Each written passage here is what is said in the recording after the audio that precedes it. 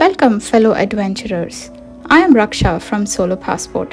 Today, we embark on a thrilling journey through the mesmerizing Guru Ghasiadas National Park of Chattisgarh. Previously known as Sanjay National Park, Guru Ghasiadas National Park covers an area of 2,300 square kilometers. Part of the Sanjay Dubri Tiger Reserve, the national park is located in the Narmada Valley, dry deciduous forest ecoregion. Chattisgarh Jungle Trek is 4 days moderate trek, starting from Ramar Post. The trek is around 32 kilometers and has long days of trekking. The best time to be on this trek is from mid-October to the end of Jan, and I did this trek with the trekking company called India Hikes. From Bangalore, I took a bus to Hyderabad and then a flight to Raipur. I am at Raipur. I have traveled by bus, flight, and one more bus and taxi. Finally, I'm here. Anyway, so tonight I'll be taking the train from Raipur to Baikunthpur. So that's where I'll be picked up by the driver from India Hikes along with the other trekkers. So really excited. To reach Ramgarh Post, we took an overnight train from Raipur to Baikunthpur. Never traveled by train solo. This is the first time, especially in Indian Railways. Outside, yes, I've done it. Indian Railways, this is the first time. Really excited. I've booked the first AC and yeah, this is my car. From Baikunthpur railway station, we took a shared cab to Ramgarh Post that was arranged by India Hikes. From Baikunthpur, the road starts to climb up the Ghat section very soon. Inside the national park, none of the phone networks work except for BSNL. Even BSNL signal exists intermittently. Our expedition kicked off from Ramgarh Post. Once we arrived Ramgarh Post, there was a bit of garland welcoming and also bonding with local kids and local people. My name is Biju. Hi, Biju. Day one, we are going from Ramgarh to Solopassport. After our briefing, we drove a bit to Ramgarh, where we started trekking for 11 kilometers to Turipani.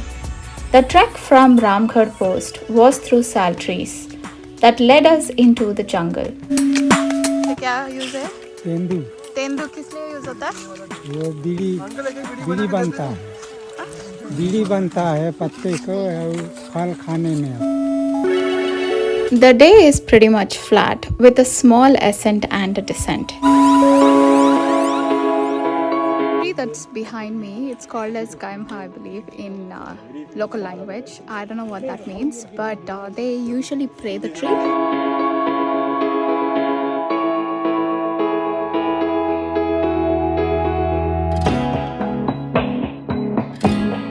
What makes the day more interesting was having lunch at an elephant corridor and passing through a cave called as Neramada that has a 15-year-old heliography.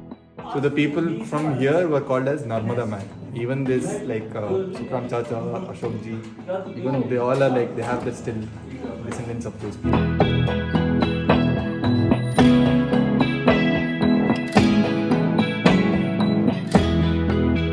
That is Lohasur, supposedly got its name from iron. Loha means iron in Hindi.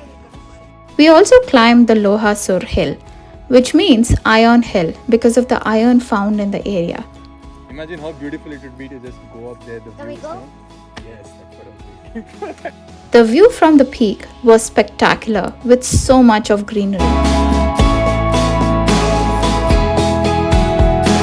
After seeing the beautiful and stunning views from the peak of Lohasur, we started making our way to Turipani.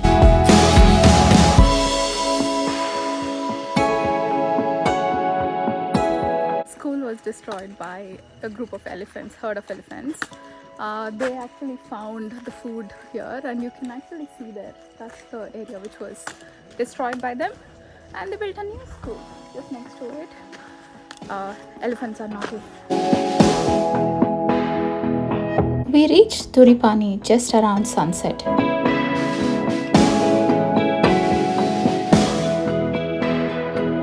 We had the opportunity to stay at a mud house at Turipani. Staying at a mud house was a surreal experience, and this was my first time staying in a mud house.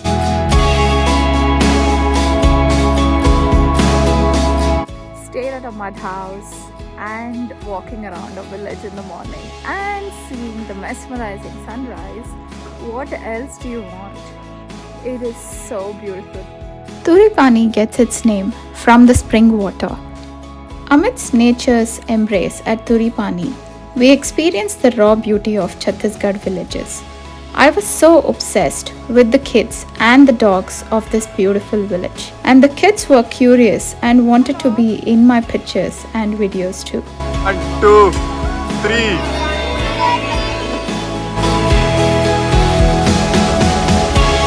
On day 2, we started our exciting day by encountering the rich biodiversity of Chattisgarh. Today, we trekked from Turipani to Tadianban for 8 kilometers. Going to one of the caves wherein it has cave carvings and all. Yesterday what we saw was paintings, today we have carvings.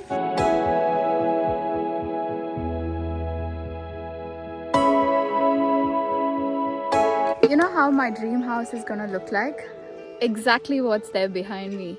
You have these beautiful mustard, I think, fields, and then a beautiful house behind. Walking through the red soil, through the sal forest like the previous day, we went through the denser forest till we reached Cheramada.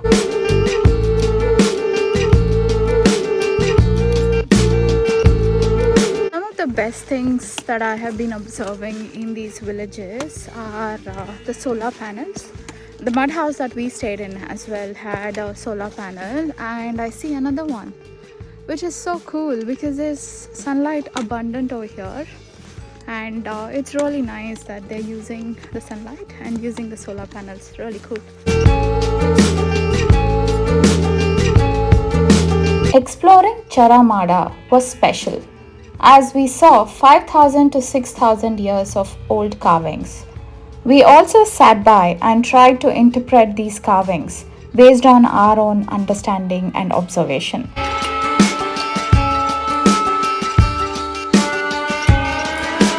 We also did a group activity of connecting with nature by quietly walking for the next 20 minutes and soaking in what the forest had to offer.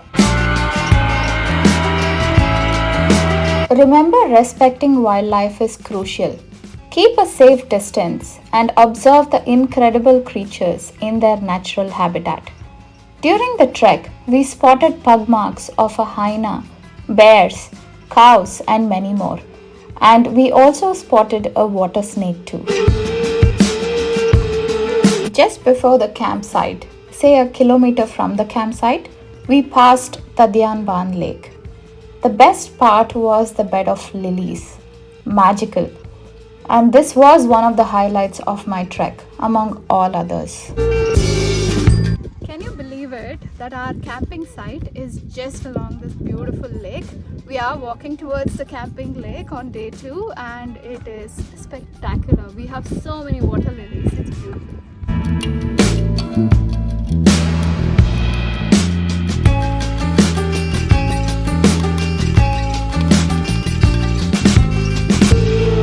We sat on a small walkway together, watching the day go by as the sun set. And as the sun set, the moon rose from the other side. Coincidentally, it was a full moon day that day. And what else did we want?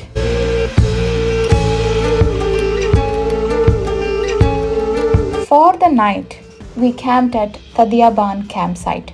Camping with stunning views was totally worth the walk.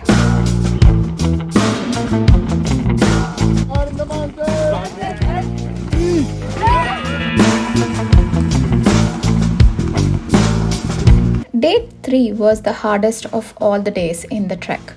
Trekking from Tadiaban, we did a 800 feet ascent. The forest gets dense as you gain altitude.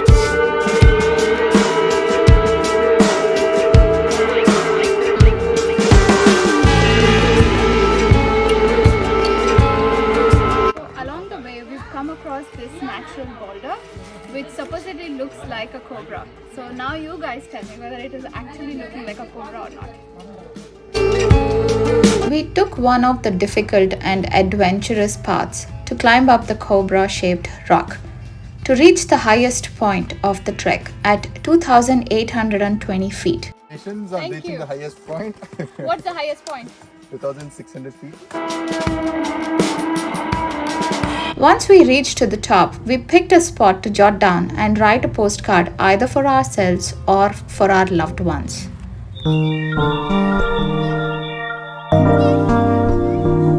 Trekking through challenging terrain and day, we found ourselves on a riverbed, with the river flowing not more than our ankle height.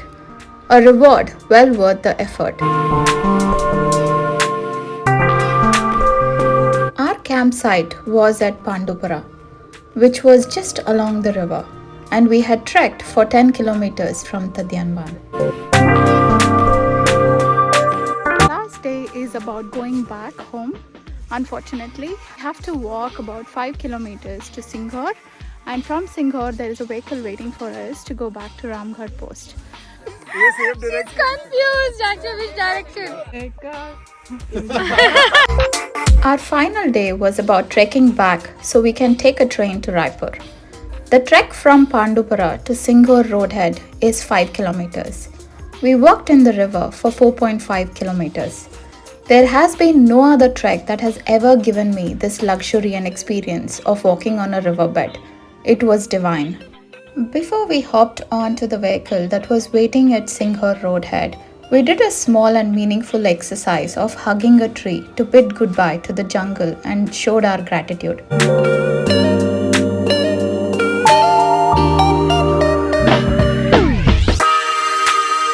After collecting our luggage and debriefing and celebrating, we headed back to Baikunthpur to catch the train to Raipur. As the trek ended, I reflected on the incredible moments this trek has gifted us. From playing Mafia by the lake to getting drenched in the river, there were umpteen moments to share and remember. All the trek leads and my trek mates were absolutely amazing in this, each one of them better than the other. And special thanks to my beautiful and most energetic friends, Sam and Ishan. Sam gave me company throughout the trek and made this trek even more memorable than what it had already given me. This brings an end to our adventurous Chattisgarh Jungle Trek. If you crave for wild, then make sure to add this hidden gem to your bucket list. Like, share and subscribe for more such amazing journeys into the heart of nature. Until next time, happy trekking. Bye!